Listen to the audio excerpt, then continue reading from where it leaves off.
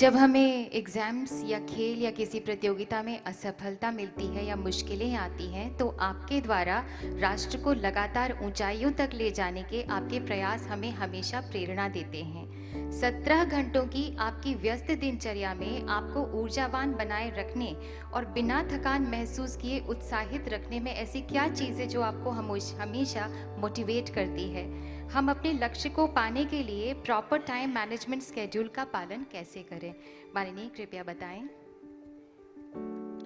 आपने अपने परिवार में देखा होगा, आप कभी थक जाते होंगे, आप कभी बोर हो जाते होंगे, आपका मन भी करता होगा नहीं यार ये कुछ और करें। लेकिन क्या कभी सोचा है कि हमारी माँ का भी तो शरीर होता है, उसको भी कभी थकान लगती होगी, उसको भी कभी बीमारी आती होगी, उसको भी मन करता होगा चलो आज सो जाए। लेकिन वो हर पल कितनी बीमार क्यों ना हो, बच्चे का स्कूल से आने का समय होगा तो हंसते हुए चेहरे के साथ दरवाजे पर खड़ी रहती है।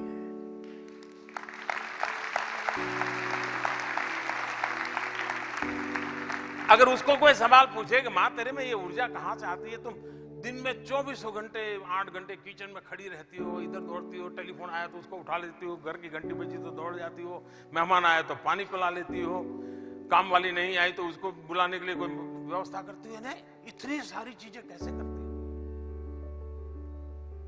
क्यों? परिवार मेरा है, सदस्य मेरे हैं। मां के मन में भाव होता है मैं नहीं करूं तो कौन करे। जब ये भाव पैदा हो जाता है अपनेपन का, तो फिर ऊर्जा अपने आप आती है, थकान कभी घर का दरवाजा नहीं देखती है। मेरे लिए भी 125 करोड़ देशवासी मेरा परिवार है, और 125 करोड़ देशवासी मेरे परिवार है, तो मैं थकान महसूस नहीं करता हूं।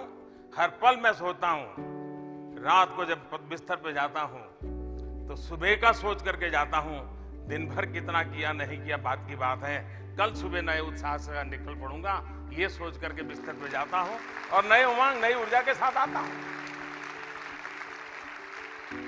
जहां तक टाइम मैनेजमेंट का सवाल है, आप अगर किसी से समय मांगे और वो ये कहे कि मैं बहुत बिजी हूं, मेरे पास इन दिनों समय नहीं है, तो आप लिख के रखिए वो झूठ बोलता है।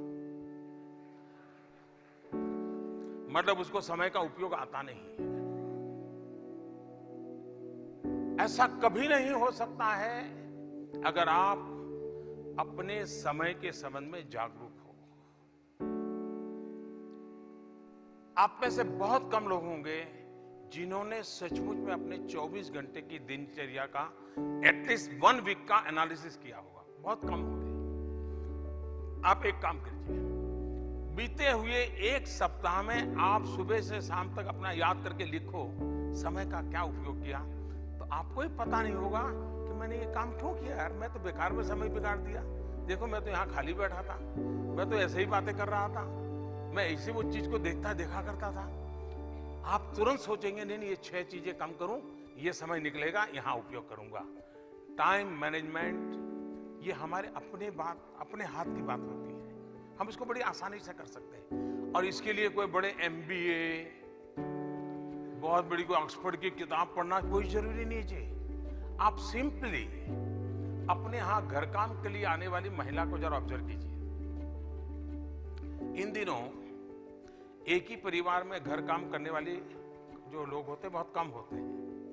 वे 10-12 घरों में काम लेते हैं और उनको पता होता है कि इनके घर में 7 बजे बर्तन साफ करता है, उनके घर में 9 बजे बर्तन साफ करना होता है, उनके घर में 11 बजे कपड़े धोने होते हैं, उनके घर में 12 बजे किचन में जाना। आप देखेंगे साइकिल होगी, स्कूटी होगी, ट्रैफिक का सारा हिसाब किताब होगा, लेकिन बिल्कुल टाइम मैनेजमेंट उनका परफेक्ट होगा। वो 3-4 बजे तक जितने परिवारों में सेवा करती हैं या करता है, वो बिल्कुल परफेक्ट टाइम मैनेजमेंट से करते हैं कि नहीं करते हैं। हमने ऑब्जर्व नहीं किया उसको। यानी जिसने स्कूल देखी नहीं है, क्लास देखा नहीं है, लेकिन उसको भी समझ है कि मेरे समय को मैं ऐसे बांटूं। और आपने देखा होगा किसी घर में अगर नहाने में देर हुई है, कपड़े धोने बाकी हैं, तो वो कह देती है कि ठीक है, रखे रखो, कल साथ में धोऊंगी, आज नहीं धोऊंगी, मेरा समय तय है। होता है कि नहीं होता ऐसा? आपने ऑब्जर्व ही नहीं किया है। यही गड़बड़ है।